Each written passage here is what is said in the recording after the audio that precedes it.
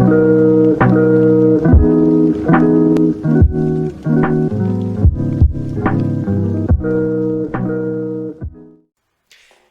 guys, what is going on, RedMaster, and welcome back to another episode of Cards and Castles, where we are back for the second qualifier of the CNC Championships. Of course, if you guys don't remember, a few days ago at the beginning of the week, we posted the first qualifier feature matches, and we mentioned the second qualifier was on Saturday. So, of course, those feature matches have also been recorded as well. Unfortunately, we only have 4 matches for you today.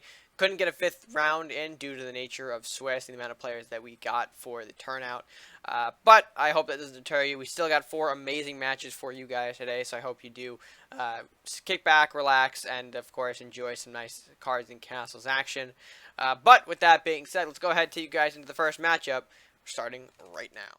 Alright folks, and welcome back to the second qualifier, as we've got our first feature match. ZombieDYL takes on Cratebrick, and of course back with me here, Tweaking. How are you feeling about this matchup? We've got a Warlock Crusader taking on Viking Crusader. Yeah, it's going to be interesting to see what Cratebrick brings to the table. This looks like, a standard Crusader Warlock deck. We see the likes of, Kraxus, Salahar Rider, Mischievous Imp. Minotaur is, a little bit of surprising, but it's still a very well-balanced card, so I don't really have any problem with running Minotaur in any other deck. So it's going to be interesting to see what kind of deck idea Brick brings to the table. Because ever right now, I kind of like both matchups. They both have heals, they both have offensive tools, so it'll be interesting. Right, and I'm kind of curious on what Crate will bring. We haven't seen a whole lot of what his, makes his deck special anyway. I'm seeing some pieces of no interaction from Zombie here. I mean, Drain Life, Imp, we see the Frog Prince. Again, just good stuff, tools that we've kind of been associating with no interaction lately. So that's where my mindset's at. Might be different from, but we just don't know. Right. The Spear Strike is kind of interesting. You don't really see that card being used that often, especially in Crusader Viking. Crusader Vikings. But now having Darkbender out on the field with no units to defend and already down to 9 health, and only being on 5 gold, this can be problematic for Crate. Right, and I do think I have an idea of what Crate's running. The Spear Strike did tip me off. His large hand also kind of amounts to, hey, this could be a War Party deck that we're seeing, which, if that's the case, a bad matchup for him in this environment here. Exactly. Now, if Zombie realizes it, maybe he's going to try to go for the kill. You see that right here with Darkbender moving forward. Now, this could maybe Crate was kind of drawing in a Darkbender so he can play, a Cleric and get a free castle heal. We'll see if he decides to do that. If he does run Cleric, if it is a War Party deck, I'm sure Cleric is somewhere in this deck. No, but Hands is. So that's good. An incredible heal for him. Brings him a bit more into this game. Zombie with the top deck Dragonfire, though, could do some work clearing out this board, especially with Crate's position. It'd be pretty devastating. I do think that he shouldn't push the way he's doing now, though, because we do realize, Freezing Pillar is a hell of a card, same with Cloak. Exactly. So I'm a little nervous for him in that regard. I think Zombie thinks that he can go ahead and win this game the next couple of turns, which is why he decided to use the Dragonfire now instead of holding on to that for when War Party eventually gets played. Right. So he's just going all out right now. And there's a pillar that I mentioned before. So hell of a card indeed. Ooh, now he does draw 2 Arbiter returns, so unless Crate heals in one of these turns, it's going to be game. And I'm sure if he's able to at least make it to turn 10, he's going to do anything. He's going to survive, but this isn't looking good. He's going to take out one Darkbender. Is he going to be able to take out another one? He's going to heal up. Which is okay. Needed, but still not enough. The Frog Prince is going to come in now, which is going to be, a big body to deal with. Spartly moving Darkbender out of the way, taking the Shaman out instead of focusing on more castle damage, which is what I think Zombie needs to do. Kind of keep the gas on in his case. Don't let Crate breathe with his resources here. Just make him spend every turn. and just maybe see if he can overpower for the win. Like you said, he's got two Right. arbiters, so you know if he can land maybe one more shot from one of these units here, he could just stall out with a double arbiter to win the game unless Crate has more healing. Exactly. Okay, I was gonna say we're probably gonna say Yenneroth here. Yep. It's just depending on where he wants to place it, uh, and if he wants to try to hit the Salhar Rider. He decides not to. He's gonna try to hit the Darkbender, and now it's decision time. I say books. Yep, I definitely agree with books for the healing. You want to maybe see if you can draw out some burn options here, because now we're in War Party range, and the Hmm. way that Zombies board looks right now, War Party may hurt him. May certainly hurt him. I don't think it would take out all of what is on this board, but It would take out a good chunk. yeah, for sure. And I mean, he doesn't have enough range to even doesn't have enough health on Crate's castle to close out in a double arbiter, so that's also Hmm. very concerning. Doesn't seem that Crate does have War Party yet. He probably would have played it unless he's literally thinking about every single move before playing War Party. So he's trying to, yeah, he's digging in his hand right now. He's hoping probably for a freeze. Well, he can get rid of the Darkbender now, which I think is probably what he's going to do if he doesn't go the War Party route, because that definitely is a problem. Wind Mage gonna push it back. That does set up nicely for a Lightning Blade? lightning. Oh no, Okay, Cone of well, Ice. All right, you know that does it. All right, that's that's fair. smart. That's Yeah, smart. That's smart. I'm sure most people would have played Yenneroth forward and froze those three people, I leaving s- leaving the castle to free open. But this was a smart play. This was an intelligent play by Brick to just I'm retreat, kill off the frog, freeze the frog prince, so that the only way he can get any damage is by using the Darkbender or an Arbiter. I'm not sure though, because I mean, keeping the Darkbender alive does put Crate in a very difficult position where we see the game-ending combo for Zombie in hand: Arbiter, Darkbender. If Crate can get rid of the Darkbender in any way through freeze or whatnot, fine. But if he can't, that's going to be the end of the game for him. So I really hope he had some sort of countermeasure against the Darkbender, or else this could be just game over right here. Right, and I doubt that he runs three Hands of Saints. He's probably very low on heals. He might run Arbiters, but that's a lot of heals, and that's a lot of non-defensive units and not a lot of offensive units. We're going to see a Yarm, and this might as well. This looks like it's going to be game. No? Oh no, no, no! Nope, He's going to free. Yarm. I completely forgot that he has the Cloak of Ice. Yes, the Yermoth gets moved. So that is going to freeze off the Darkbender, so that does give Crate another turn here.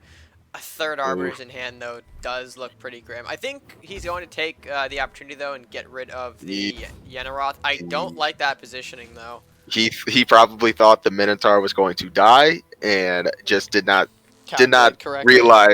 did not realize that Yenneroth only has 6 attack and Minotaur has 7 health. If he knew that, he probably would have played the Minotaur right in front of the books, Or and maybe now he just set himself maybe he up doesn't for care. a big chain. Maybe he doesn't care, though. I mean, again, Arbiter is a card. Arbiter is a card, but you're probably going to lose all these units. What I don't want to see if I'm in zombie shoes here, though, is something like a double lightning blade.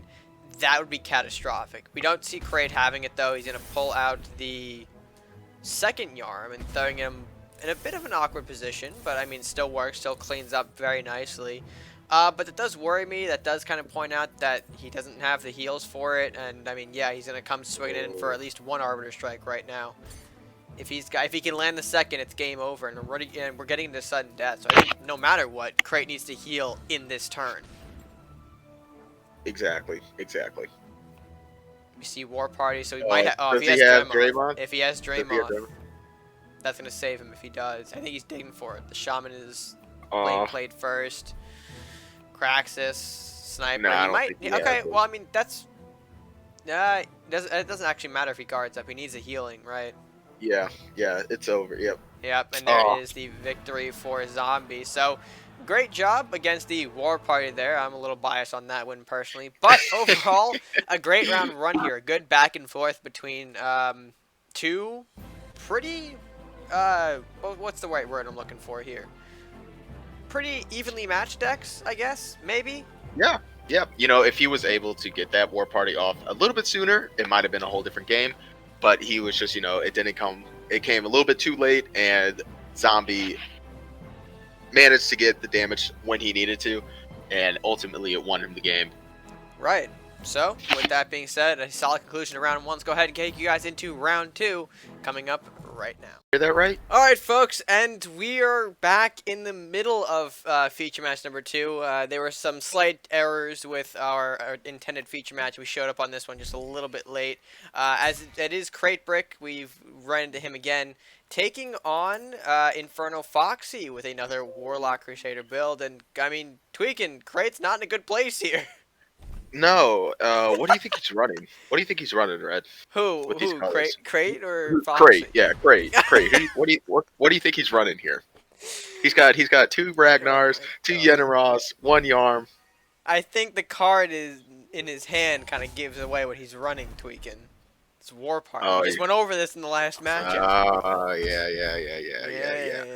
So, War Party showing back up yet again. Well, I mean, because we're facing Cratebrick. But Foxy running similar colors to what we saw from Zombie. I'm not sure if maybe this is a similar no interactions build. I mean, we're seeing a lot of the same materials. I mean, books. We saw Rider, Horseman. Any thoughts on that, tweaking?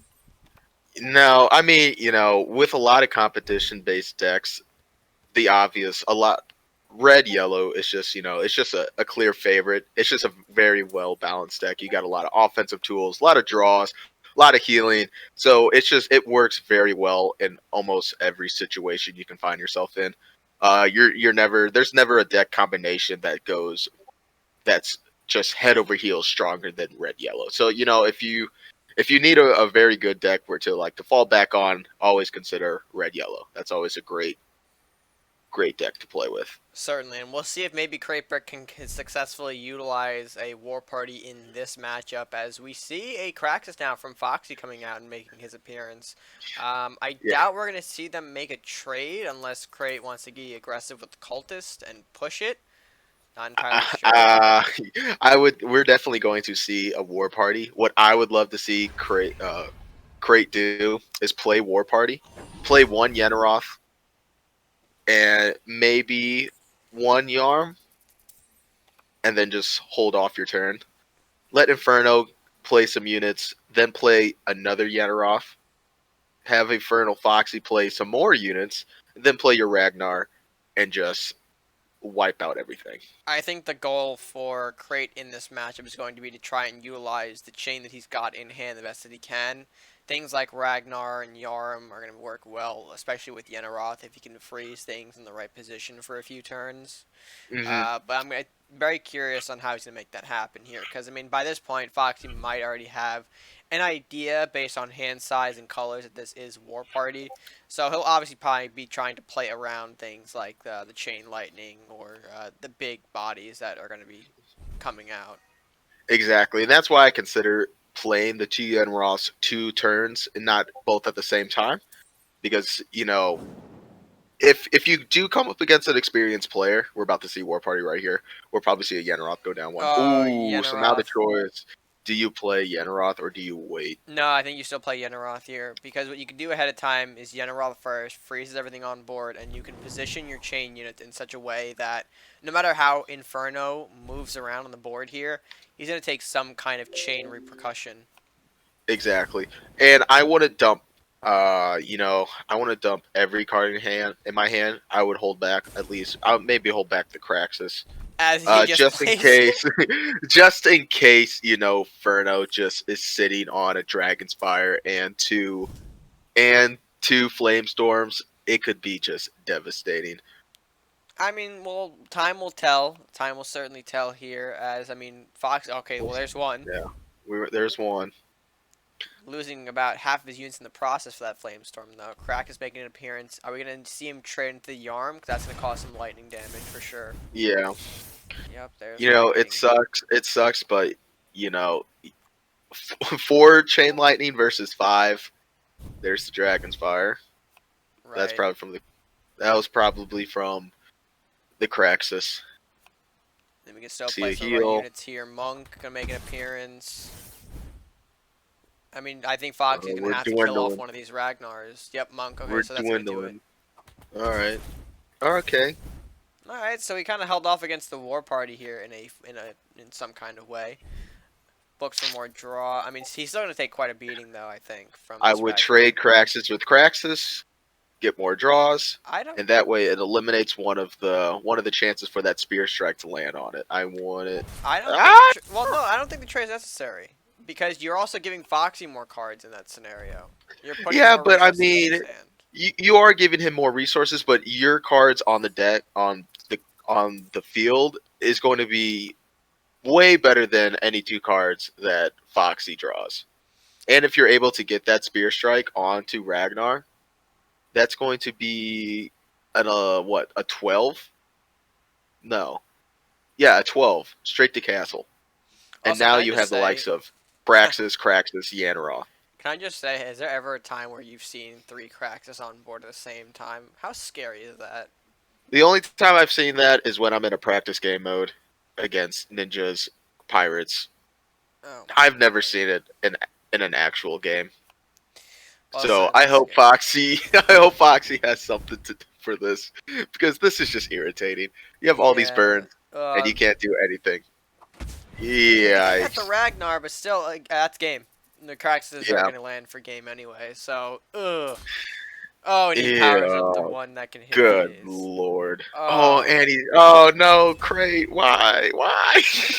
Well, War Party gonna go ahead and stamp a victory in for round number 2. Again, apologies for that later stage for that game, but I mean, hey, we got the match in, we've got it going, and yeah, I mean, War Party taking a win. I don't know how I feel about that, but it happened. So, I think Crate was a little bit mad that he lost the first match in such a way, and that's why he played a little silly. He got his emotions a little running there in that second match.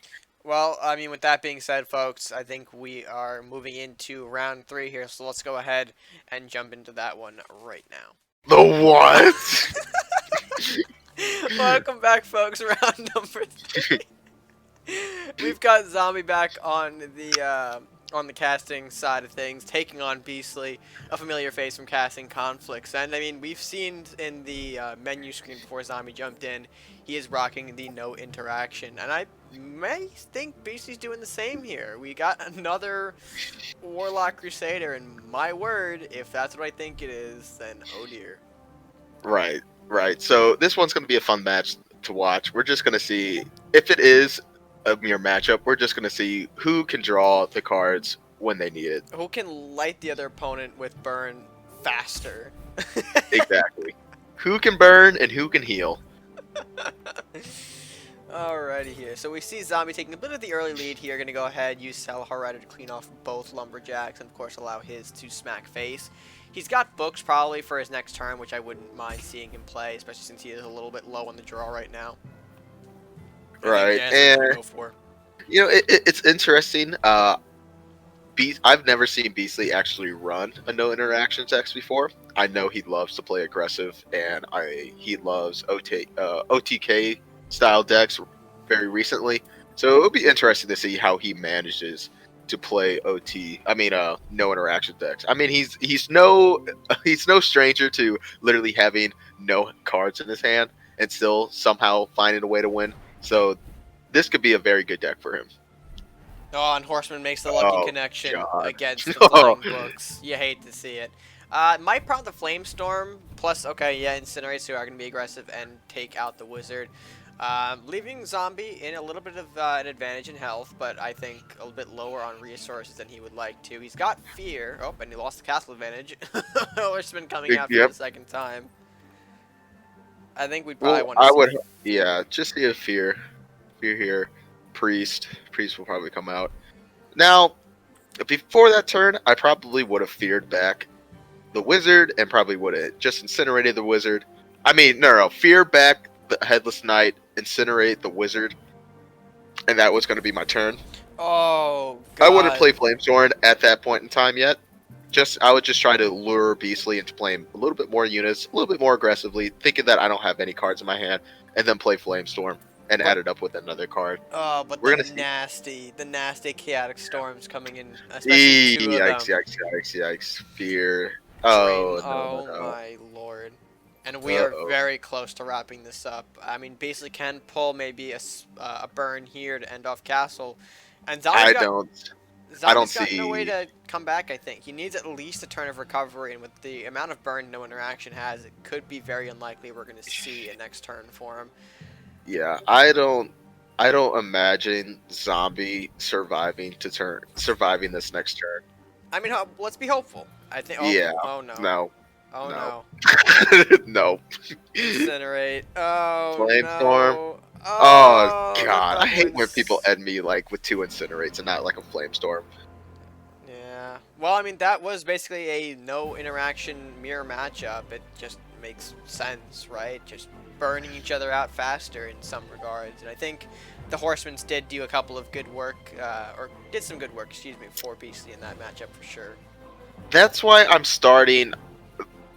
Before, I love arbiters, but now recently thinking about it and with the amount of no interactions are running around, I actually am starting to tip more so towards Hands of the Saint Right. because it's just so unlikely that you're going to be able to survive to turn 9, and let alone at that point in time, that's your whole hand, that's your whole turn, and your opponent is literally just going to run a total of 9 or 10 cost cards down your throat, and now you're in the same exact spot, if not in a worse spot.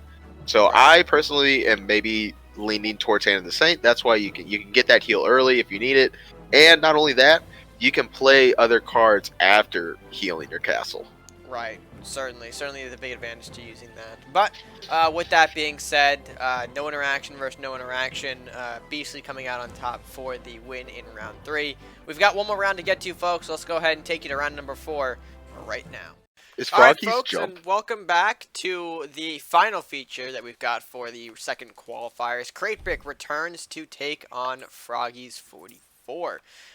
Tweakin, how you doing for this one? Despite that we've been doing this already for the past half hour. Uh, my my emotions from the first 3 games is just the same as in this last game. Well, Nothing, nothing has to changed. be fair, we're not gonna see Ooh, we're gonna no see 2 buffs. interactions. We're not gonna see no interactions in this match. Thank Cratebrick, we God, know, but is running the war party, and Froggy oh, ran Pirate Crusader. So I'm excited to kind of see what that matchup has in store for us here. As we're going to see an Inspire from Cratebrick, generate Berserker, Knight of Flowers. Probably going to try and get the second Lumberjack out of his hand, which we do see there. And both sides going to stand off a bit here. No one's going to take the first point of damage in the castle. Cratebrick chose not to, and I guess now Froggy's going to build up his hand a bit. We'll see what he's got in store for him. But, I mean, yeah, Pirate Crusader, Crate. what are you thinking? Yeah, I think this is going to be an easy win for Crate.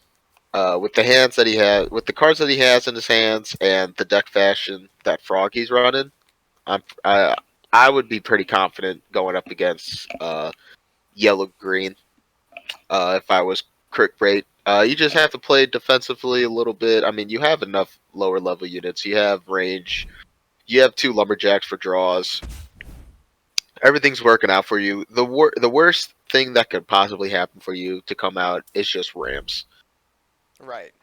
You don't have to worry about freeze. You don't have to worry about burns. Yeah, you have to worry about bleed and mugging and murders, but those are pretty expensive cards to invest in these lower level units. Well, we saw a mugging come out that disabled one of the cultists up top here. I'm kind of quite surprised that Crate didn't opt to take those lumberjack draws. I think maybe he wants Froggy to push into him so he can get some chance to play whatever he pulls out of the deck. Although Froggy gonna go ahead and also retreat. But again, both players seemingly taking a more defensive approach, which we know by Crate's deck, that's what he wants. That's what he, encourages. Right. Maybe he was trying to play a little mind game here. Maybe try to lure him in and maybe play like a frozen pillar. But we can definitely see in Crate's hand that that frozen pillar is nowhere to be found. He might even, Froggies might even think he was setting up for a reanimate play. Potentially. I mean, we've also going to see a big equalizer, though, with Tarius coming from Froggy's side of the field here. And given Crate's, inability to deal direct damage, that Tari is going to be a huge problem. Oh yes. Oh yes. There's the bleed. Oh no, Oh. that's not what he wanted to Oh. see at all. Two Good landing on the already lord. damaged cultist, which had posed no threat. I mean, you did remove it, but I think you wanted the bleed to hit the one that actually has attack power. Right. Right. That's just unfortunate. That is just. And it gets rid of Crate's body block. At that point in time, that unit is literally just taking up space, which is detrimental to uh, Brick's positioning and movement. Because not only does he have to move that unit multiple times, he also and it only has two movements, so it can be kind of annoying moving that unit around and making space for your other units. Right. So it's very unfortunate for Froggies that he hit that one. Certainly the case here. We'll see a bit of divine knowledge though from Crate here. Going to pull a priest from that. He'll use that as well. I'm kind of curious on how he's going to kind of intercept this Elvish Thief coming from the bottom here. I'm expecting maybe his two guards to go into it, unless maybe he doesn't want to, because that is an Elvish Thief after all. So it would give Froggies 9 gold to work with, if I can do math correctly. Yeah, I believe that's 9. Yeah, he's going to just play even more defensively. He's going to wait there's really no rush with Brick. Because his win condition is drawing as many cards as possible, Ooh. while also just waiting till he draws War Party. Or something like that, which is a big stall tool. Cloak of Oh Ice yeah. showing up in the hand. What could be devastating here is Luminars. That could quite possibly turn the tide here. Potentially. Because he could kill all the units, and he would have a lot of units on face, and the only answer would be to summon a. Okay, now he just pulled another Wind Mage, so that can stall at least a turn by itself, and then you also have the likes of Cloak of Ice, and you're getting to the range of Ragnar too. Mm. So he's going to push the people back a little bit, Push the and people. push them. Push the people back. Send them back from whence they came. Uh, and I We'll mean, we're not. probably, I'm kind of yeah, curious we're though. We're gonna get not more cards touching. here. We're not making unit trades here. That Elvish Thief has been on the board for quite a while, and we might actually see it do a little bit of damage here, unless maybe Crate's trying to psych out Froggy into thinking that he's got that reanimate in hand. I'd be very curious to see which approach he takes. Although, I mean, again, both players have played incredibly defensive thus far. I don't expect to see really any sort of. Oh well, I mean, never mind. There's some aggression for you. Yeah, I'm surprised he went for the Hostin City Guard, unless he is set on the idea that Crate has a reanimate. I would have just chosen to hit the castle, hit the face, and let Crate choose what unit he wants to kill with his two range units and what units he wants to trade. Now we are about to see a very big uh, Cloak of Ice. a very big Cloak of Ice Oh play, or no! yeah. Yarm is 1 gold short. If Crate can navigate this correctly, though, he might be able to pop off a huge Yarm play. Oh yeah. He could play a wins. He could win everyone back. Oh And yeah. the way that Froggy is pushing, I wouldn't I wouldn't doubt that he's just literally going to throw even more units on the board and set himself up for an even bigger chain. I think he's considering it too. We saw him hover over the Wind Mage, and yeah, he does go for it. So he's gonna try and Yeah. take that setup while he can. I think Froggy might know though that Chain is coming. I mean, you gotta recognize, like, turn 9, you're in Viking territory. You've got to see Chain Lightning soon, especially since we Right. haven't seen a Lightning Blade thus far. We haven't seen Temple throw down. So I mean, if you're Froggy, I would at least hope that he knows, hey, I might be coming up against a Chain soon. I should maybe start watching about how I position some things, and maybe making some trades myself to, you know, get some of these units out of the way if I can. Right. So it's going to be interesting to see how he maneuvers his troops. We're going to see Mugging take out the range units. Con Honors comes out. He's going to have 9 gold. Cleric comes in. Oh god, he is just No, going he's doing it full again. force. He's He's going doing it full force. again. No. It's fine. It's fine as long as he doesn't play any other units in the back. As I And say here that, comes the Lumberjack comes lumberjack. in. Here And comes as I say Southport. that, the Southport captain. Oh my. And he pushes No. the Tarius forward. No! For the memes, if I was in this game, I would play Yanaroth. Just for the memes. I would Yeah. just play Yanaroth. But this is a competition based game. He probably wants to win, so he'll probably play either a Yarp here, clear up everything. No, I think he Uh might be going for it. What we oh. just have to see. You either take a huge amount of Yarm value, or you go for Yenneroth. Oh, do it for the memes. Froggy is going to play some more units. You Yeah. just know. You just know he's going to play. And I think he's also trying to make himself set up for a better lightning value too. Ragnar. Or Ragnar too. Oh, Ragnar too. Yeah. oh my lord. Instead of dealing with the issue of knockback and how the chain lightning varies from unit to unit, I think you might be looking for just one clean chain of 5 that can take out literally everything on this board. Oh my god, Frog! You just end your turn if you knew what was good for you, I don't or think just he place, will. or just place a single unit in that top right hand corner. Play a second Tarius. Oh, he did it! He did it! He did it! He knew better! He knew better with 11 gold. Right. He held All on to right. it. I think he's expecting the chain at this point with the way that Crate's been playing, freezing, stalling, and Yarm does Yikes. make an appearance. Yeah, he definitely. Okay. That's not the. Okay. Not the chain route that I thought he would, take, but.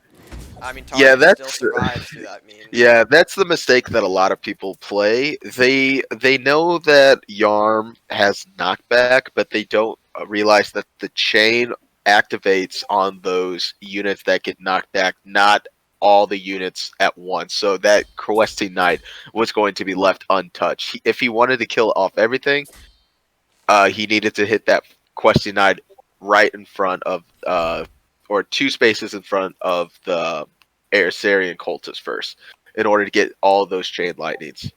Right. And we'll see Crate now going to go ahead and maybe set up, again, continue his hunt for the war party now that he's pushed back the horde of knights that came from Froggy's side. Curious to see which approaches he takes. Obviously, can't really use a whole lot of cards here. You might actually have to go for, the Cloak of Ice on Shaman just to kind of open his hand more. Yeah, not losing that Tarius was huge for Froggy. And now it's just, it's a new game now. He has a full hand. Yes, you lost a lot of units, but you could have been in a worse spot. You could have lost all those units and the Tarius and only be down to 4 cards. Certainly You the know, case. they are pretty even in cards. Yeah, Crate has a 4-card advantage. No, and now we're seeing School. Now we're seeing a school, so now we're about to fly through the rest of Froggy's deck. We're gonna see a Craxus come out. I'm surprised That about that aggressive Craxus, because, I mean, we know Shaman's got the Cloak of Ice still, but War Party in the hand. Oh boy. Yep, and now we're just gonna get draws on draws on draws. Probably. I wouldn't be surprised to see the Spear Strike go out now just to kind of cycle through more cards here, see what we can bring to the table. And we've already got cards like Yarm, Drymoth, Craxus, Ragnar set up to come out from War Party. He's trying to calculate. He's trying to calculate for a Yarn play here, Probably. which is smart. He's getting ready to play War Party. Probably, depending on, he's probably gonna play it next turn, I would depending on definitely how many expect units Yarm to come out. Froggy. Yeah, depending on how many units Froggy plays this turn, we'll probably either see just a single Yarm, or we're just gonna see the entire deck come out from No, Crit. I would say Yarm. You have a more you don't want the discard to hurt you by just tossing away your Yarm either. So I think Exactly. just to for the sake of cleaning up the board, you may want to just Yarm here. Although Froggy does do a smart little move here, moving Tarius away from the school to at least ensure that gets protected in some capacity. Because I assume you might want to hit maybe the Robins and Craxus. hmm Or maybe now the con artist, since that goes out. I don't know. It's completely up to jump. Although drawing a second one, he may Ooh. actually do go with the war party. Yeah. See, now you have 2 Yarms and a Ragnar, 2 Draymoth. Yeah, we're probably going to see it here. Hopefully, it get rid of one of the Hands of the Saints. Wow, that Yeah. was lovely. Now we're just going to see a We're gonna straight see onslaught. We're gonna see Crate go off with war party. Yeah. We're probably gonna see Uh, Praxis come out, maybe attempt to draw. I would like to see it maybe go after. Okay, I mean that's fine. Can go after the Robins there to draw some more cards. Do pick up second Ajira for the hand as well, so that could be lovely. Generating some monsters, which we are gonna give Froggy some as well. Which we might. he needs to be a little bit faster right here. He's probably Yeah. going to play another Ajira, and my fear is he's going to run out of time with all of these slow animations. Animations. Yeah, Yeah. for sure. I would like to see the and there's a timer Yeah, he's 15. Yeah, already we running got out now. Now he's rushing. Now he's rushing to get everything down, and he can't really think about placement. you just He gotta is literally play. just spamming. You've gotta do and Yep. move. Ah. And Okay, just end your Ragnar, turn. yeah, Yeah, Ragnar just end needs your help. turn. End your turn. End your turn. Save Ragnar for Oof. your saving grace. But those are a lot of units on the board. Let's not kid ourselves about Yikes! that. We just went Yikes! from 0 to 100 real quick. Oh yeah, 0 to hero, my friend. I mean, granted, Froggy does keep the Tarius alive, but he can't really utilize that, considering, he's got a full hand. He can't draw more of his tools. Crate gave him so many more monsters to work with now that are pretty useless to him, if we're going to be honest here. Right. We're going to see some more food go into the Craxus. Yep. Yeah. Oh, and Yenneroth is going to Oh pick up. yeah. Still got Craxus to move, though, so maybe we'll trade that with the Kaijir, because I could just swap out our armor. The problem with he had a Draymond of his Oh! own. Interesting. The problem with playing with War Party, he had 2. Ooh. The problem with playing Holy with War Party is you shit. have so many cards in your hand at once that it's hard to kind of take your time and play because we see both players now running out of time. And Froggy has 19 gold.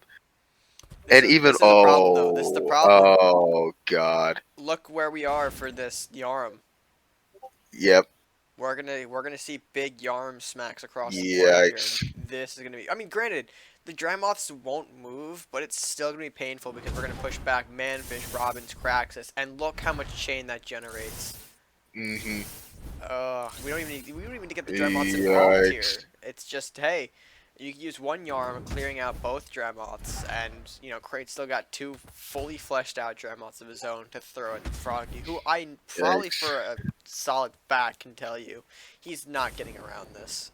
Yeah, no, you don't even have to worry about playing your second War Party or Yenneroth. And you had 2 options here. You can either play the Ragnar, get that really beefy unit down and costly down early, or play 2 priests and buffing up your units even more if you think there's no way that Froggy's going to be able to get rid of those 2 Draymonths. We're now in damage control for Froggy. Yeah. I think he sees the writing on the wall. I think no Yeah. matter which approach he takes here, I mean, you've got Ragnar chain of 5, 2 Yeah. Drymoths hitting for 9. It's over, and I think Froggy sees that writing on the wall, and he's just gonna, and it happens. I mean, War Party is a big deck. We can't forget that. So Cratebrick does pick up the no. Oh my god. No. Oh. He pulled a move from my playbook. Healing the castle. Healing the opponent's castle. That was. Uh, I can't really condone those actions, but with that, we did see Crate picking up a win for the final round, and of course, I think the results will be up here for us momentarily, which of course you guys can already check out in the description of the video below. And yeah, that's gonna do it for me and Tweakin'. So we're gonna throw it out to my future self to close out this video. Second qualifiers in the books, and what a day it's been. Alright folks, that being said, I hope you did enjoy this, the second qualifier, the feature matches from that second qualifier. Like I mentioned throughout the video though, the third and fourth qualifiers will probably happen sometime soon. So if you want to register for a future qualifier, do so in the description below, of course. The link to join up the Discord to join in on one of these tournaments, or one of these qualifiers to get into the final tournament, will be there. So again, be a part of history, if you will, and go ahead and join us over there. But with that being said, obviously you guys know the drill. Be sure to like the video if you enjoyed it, share with friends, of course, subscribe if you're new or haven't done so already. Best way that you can support the channel here, and comment down below if you guys maybe enjoy the feature matches. I know some people from the last qualifier commented from the first one, so if any of you guys were in the second qualifier, of course let me know down in the comment section below if you enjoyed the feature matches from that same qualifier. And yeah, that's gonna do it for me for now. So until next time, guys, stay gaming.